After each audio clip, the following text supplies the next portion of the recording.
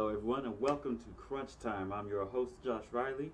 And even though we're smack dab in the middle of the NBA offseason, it does not mean there has been any lack of action. There has been tons of movement in regards to the free agent signings going on this summer. And I would like to talk about a couple of subjects that had interesting results going on through this NBA offseason. First one, Paul Pierce coming home to LA, where he went to high school, going to be joining the LA Clippers.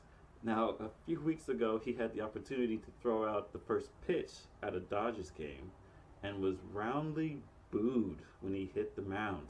It's got to be some backlash from his Boston Celtic days. Any Laker fan will tell you you do not ever, are not friendly with anybody that played from the Boston Celtics. That rivalry has just gone on for so long. And to make matters worse, the dude couldn't even get the ball to the plate. He was well short. So Paul Pierce, aka the truth is stick to your day job. Keep playing basketball. In other free agent news, we have Luke Ridnour, a well-traveled NBA journeyman who just got some more frequent flyer miles as he was traded 4 times in 6 days. He was traded to Memphis from the Orlando Magic. The next day, he got traded twice in 1 day. Twice! To first the Charlotte Hornets and then to the Oklahoma City Thunder. And then, a few days later, he got traded to the Toronto Raptors, who then promptly waived him. So he's currently without a team.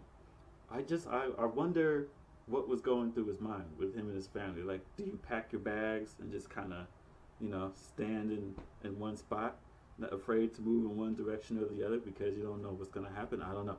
But it was quite comical to see updates constantly of Ridnour getting traded to another city, to another city, to another city, and then no team at all. So that was pretty crazy, but entertaining nonetheless. And on the wrong side of the law and a couple of free agents, we have Jordan Hill, newly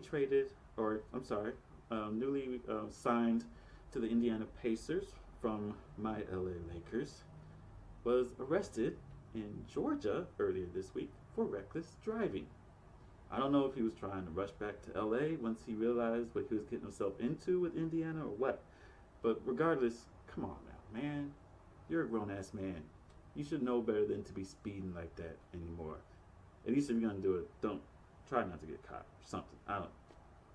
Also in Georgia, it seems like NBA players should not go to Georgia during the offseason. Mike Scott, a forward for the Atlanta Hawks, was arrested on felony drug charges. So yeah, we're not trying to be the NFL here, okay? We don't need a bunch of guys getting arrested for stupid stuff. Just try to, keep that to a minimum, all right? And lastly, the inaugural NBA Africa game was held earlier today. It's the first time that they've had NBA players play a professional game in Africa.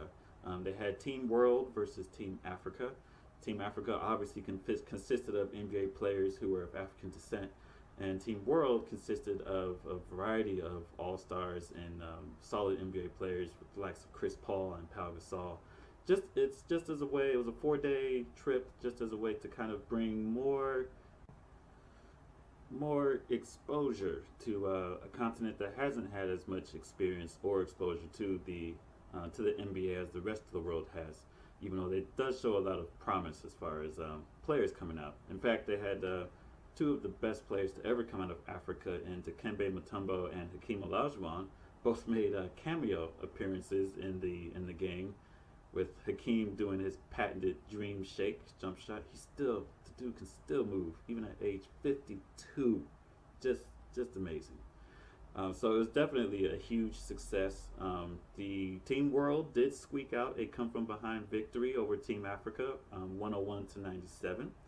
But in reality, everybody was a winner for that, and it was a very successful weekend, very successful experience, and definitely looking forward to see what's going to come next from that.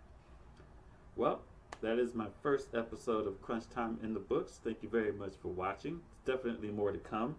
I'm going to be having some coverage on the track and field world championships coming up here in a couple of weeks, as well as the NFL training camp has started.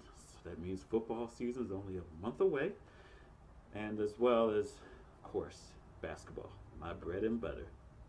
Well, thank you again for watching this episode of Crunch Time. I'm your host, Josh Riley, and before we go, here is today's funny. Active on both ends of the floor. What was the key to getting you going?